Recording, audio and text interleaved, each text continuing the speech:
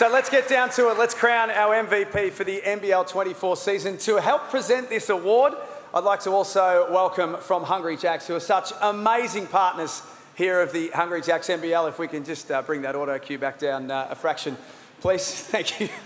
Keep going. Thank you very much. The Hungry Jacks Victoria, from Hungry Jacks Victoria, I should say, Tamer Zachary. Thank you, Tamer, for being here. Let's have a look now, eventually, at the nominees. This one here. Bryce Cotton, Perth Wildcats. Chris Golding, Melbourne United.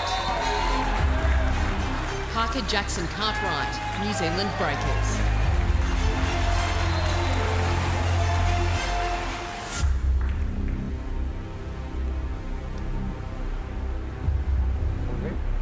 And the winner is, he's a champion on the floor, a champion off the floor. He's a superstar, and one day he might actually kick me off the trophy. Is Bryce Cotton.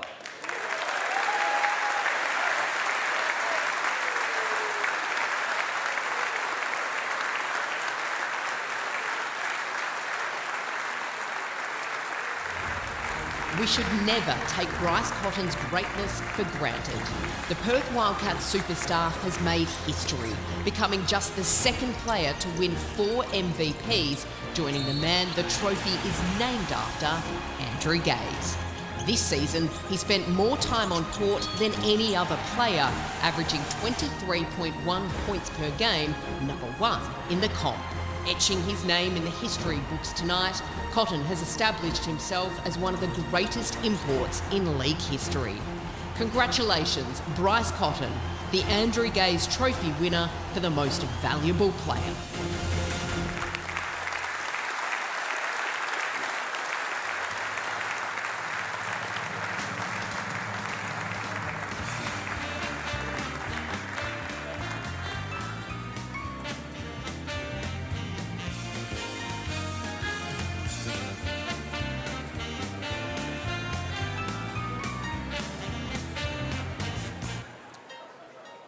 Bryce, now a 4-time winner. It takes you to outright second. I think that the man behind you might be getting a little bit nervous all of a sudden. You're getting very close. Well, Gazy played in the Big East. I'm a Big East guy, so we stick together. There's no competition.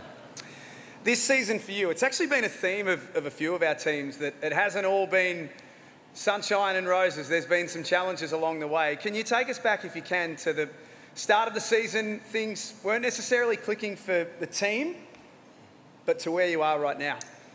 Yeah, I don't know what it is. I think we started off great in the preseason. We was rolling, and then once the season came around, I don't know what happened.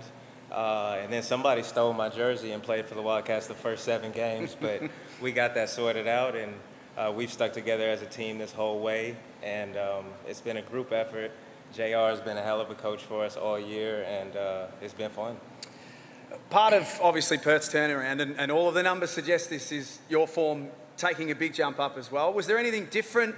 Did anything change from the early part of the season, or did the ball just start to drop a little more?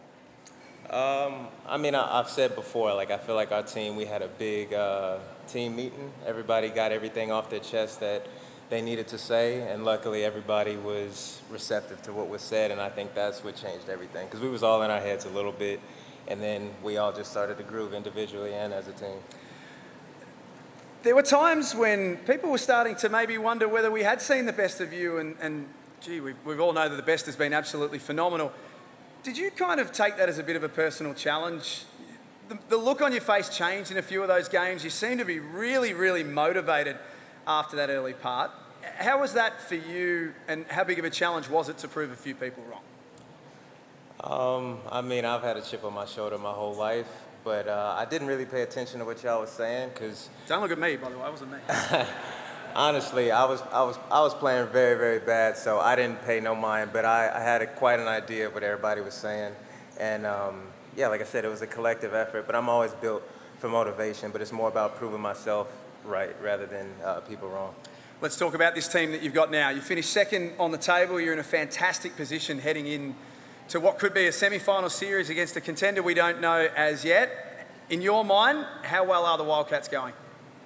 Well, we did good enough to finish top 2, but that doesn't mean anything once the playoffs start. And I think in this year anyway, it don't matter what the seeds are. The teams are so balanced, so every matchup is going to be tough. So we did enough to get there, but seeding go out the window. So we'll see what happens.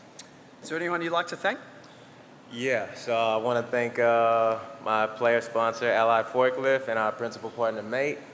And then for me, like, this is crazy. You know, I graduated high school without a single scholarship, so to have 4 MVPs in 8 seasons in one of the best leagues in the world, I got to thank God for that. My wife for making my job easy in the season.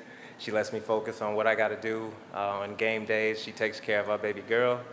And then to my teammates and our coaches, like, I know I'm quiet, I don't talk a lot, but I rock with y'all heavy. And especially when I was playing super bad, the way y'all had my back as players, the talks we didn't have, like, I take that stuff to heart. JR, the way you held me down, we've talked about it. And it's been fun, you know what I'm saying? But we still got more work to do. But it's a big fever break, so we all going to enjoy the night tonight, and then we'll get back to it in a couple weeks. So thank you again.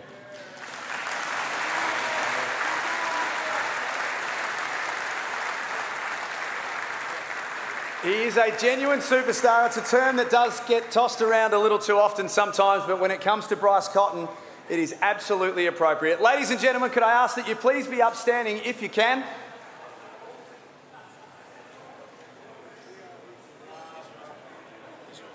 And, oh, I've got one, thank you.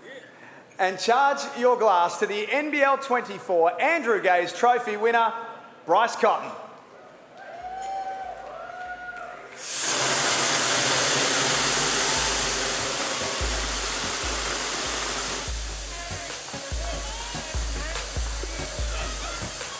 Let's hear it with one more round of applause, ladies and gentlemen.